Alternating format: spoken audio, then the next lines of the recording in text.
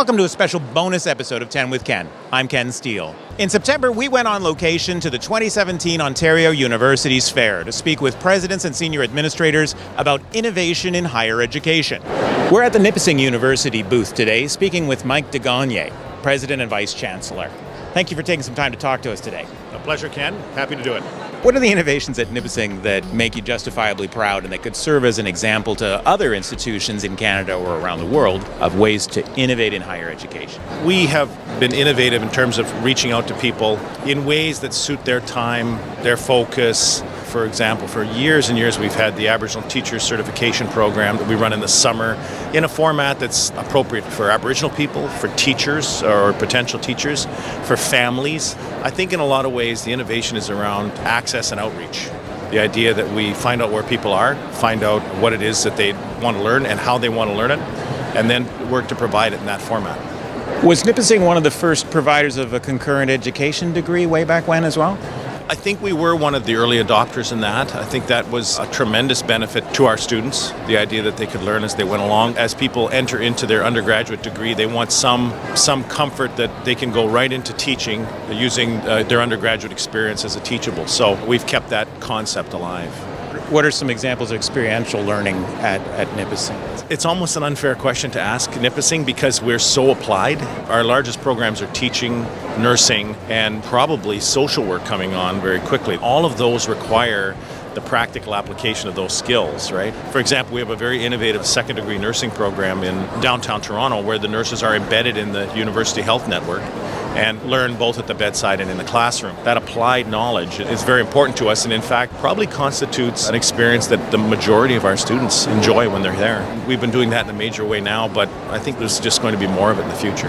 I think partnerships is worth mentioning. The number of partnerships we have with various entities from the colleges, which is quite extensive, especially around Bachelor of Commerce and Business. And we've also got, for example, partnerships with organizations like the Aboriginal Financial Officers Association here in Canada that have probably a few thousand people who are working in First Nations communities that are working there as bookkeepers and accountants and finance people that are looking to upgrade their credentials as well. And so what we do is we get into partnerships with these umbrella organizations and then try to develop tools that they can use to help their members improve their credentials. So the second question is about just trying to look ahead 5 or 10 years, speculating, I suppose, about major innovations you anticipate in Canadian colleges and universities that may become mainstream. What do you expect to see changing from today?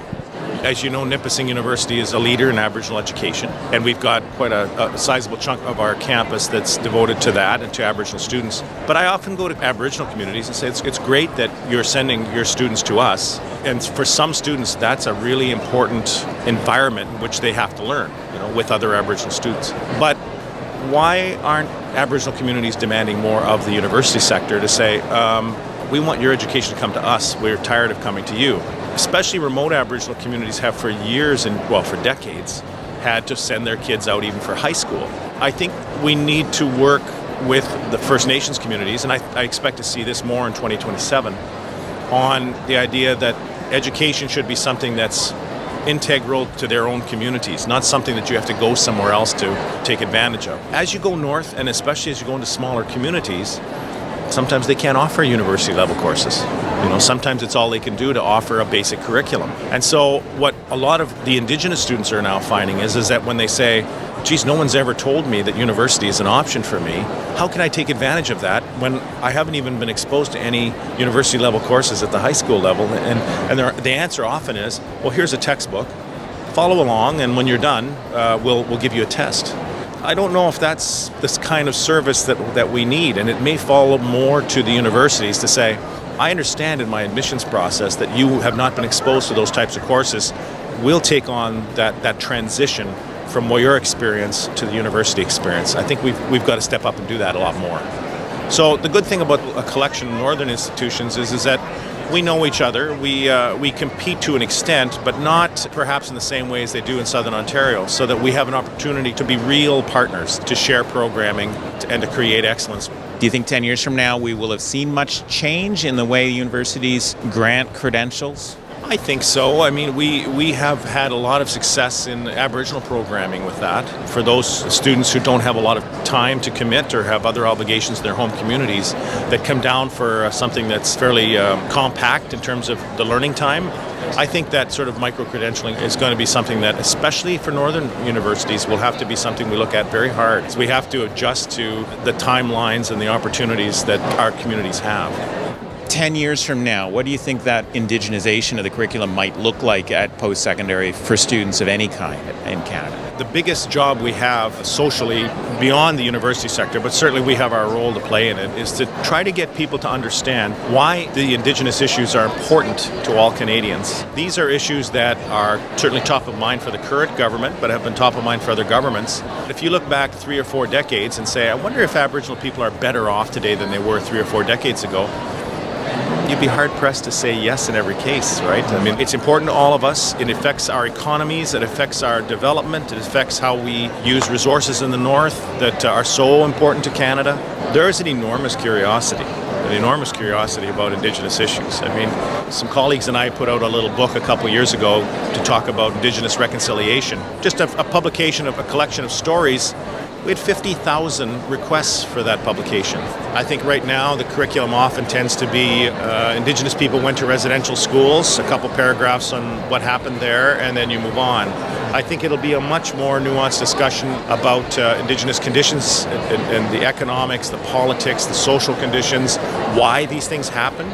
That this is not often a function of being Indigenous in Canada, but it's a function of being poor in Canada, and coloring in the lines a little bit. So I think we're going to have a better discussion in the next 10 years than we've had up to now. University leaders are challenged with attempting to nurture a culture of innovation in a context that is traditionally very conservative, risk-averse, cautious. And I'm looking for thoughts, advice, examples of ways in which policies or budget models or initiatives can help to support or spark innovation in any of those aspects, from teaching to student services to other areas of the campus. So do you have some thoughts or advice or examples? Probably half of the oldest institutions on earth are universities. We have a deep, deep tradition.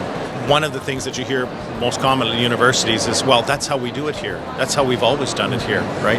And oddly enough, you'll even hear that at a place like Nipissing University that's only 25 years old. I think that there's opportunities for us to challenge those a little bit. You do get the sense that universities are not as nimble as they could be.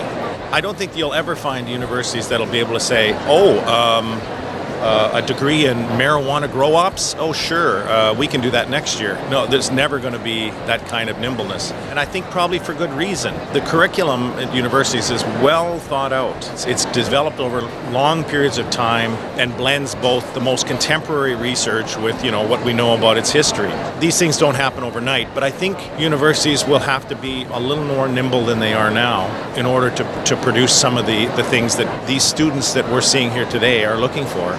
The way you do that, I think, simply put, is collegiality. We have structures in universities that blend the authority of our Senate and of our faculty colleagues and with the authority of our boards and our administrations. Whether you're administration, board, or faculty, everybody wants to put things in the hands of students as quickly as possible that they're looking for. So I think you capitalize on that common goal, and collegiality is the sort of the thing that greases the skids. If we can have structures that capitalize on our sitting down and meeting with each other and thinking face to face, we can ask in a respectful way, why do you do it like that? Isn't there a better way to do it? Isn't there a quicker way to do it? One that's more responsive to what students are looking for? I think we have to have a better way of understanding the market that we work in and what students are looking for. I also think that we have to have the courage to continue to teach things that we know constitute good education here in Canada. Just because we have, for a few years, fewer students in history doesn't mean we stop teaching history. English and, sociology, these are foundations for education, and students may not come in and say, I want to be a sociologist. But it's also incumbent upon us as universities to say, you know what you want, but these other things are very critical to being an educated person in contemporary life. We've got to understand more about how technology has changed young people, how they're going to learn, and still meet the standards for the industries of the future. We can't simply say, oh, well, people don't have long attention spans anymore. We'll teach them less. That's not going to serve anyone in the long run.